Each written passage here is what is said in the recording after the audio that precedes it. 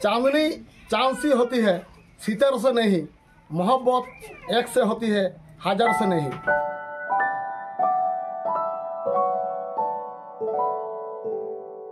কিছুই কোথাও যদি নেই, তবুও তো কজন আছি বাকি। আয় আরো হাতে হাত রেখে, আয় আরো বেঁধে বেঁধে থাকি। কবি শঙ্খ ঘোষের এই কবিতার লাইনগুলো কখনো শোনেননি তালডাংরার খালগ্রাম পঞ্চায়েতের লদ্দা গ্রামের বৃদ্ধ দম্পতি কমল বাউরি আর চপলা বাউরি। এমনকি দীর্ঘ ৮০ বছরেরও বেশি এই দাম্পত্য জীবনে ভ্যালেন্টাইন্স ডে কথাটাও কোনোদিন শোনেননি তারা।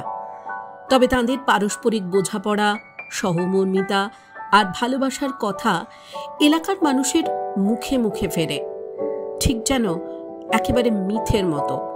আর সেই কারণেই স্থানীয়দের কাছে এ যুগের লায়লা মজনু হিসেবে পরিচিত এই বৃদ্ধ দম্পতি।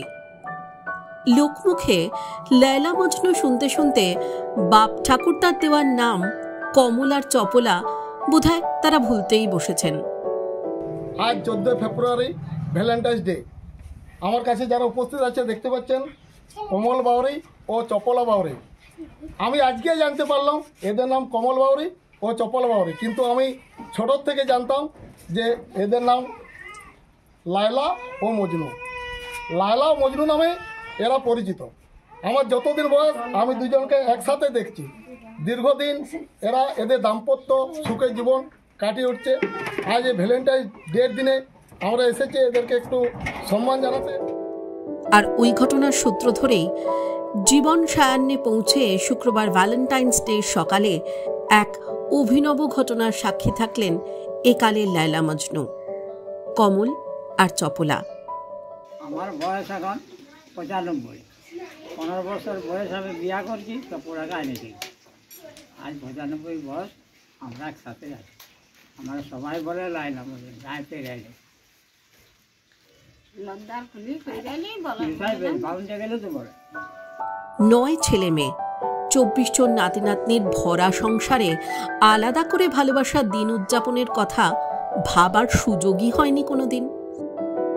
তবে এবার স্থানীয় বাসিন্দাদের উদ্যোগে হাতে গোলাপ নিয়ে নতুন করে জীবনসঙ্গিনী বৃদ্ধা চপলাকে প্রেম নিবেদন করার সুযোগ পেলেন 95-এর তরুণ তুর্কি কমল বাউরি।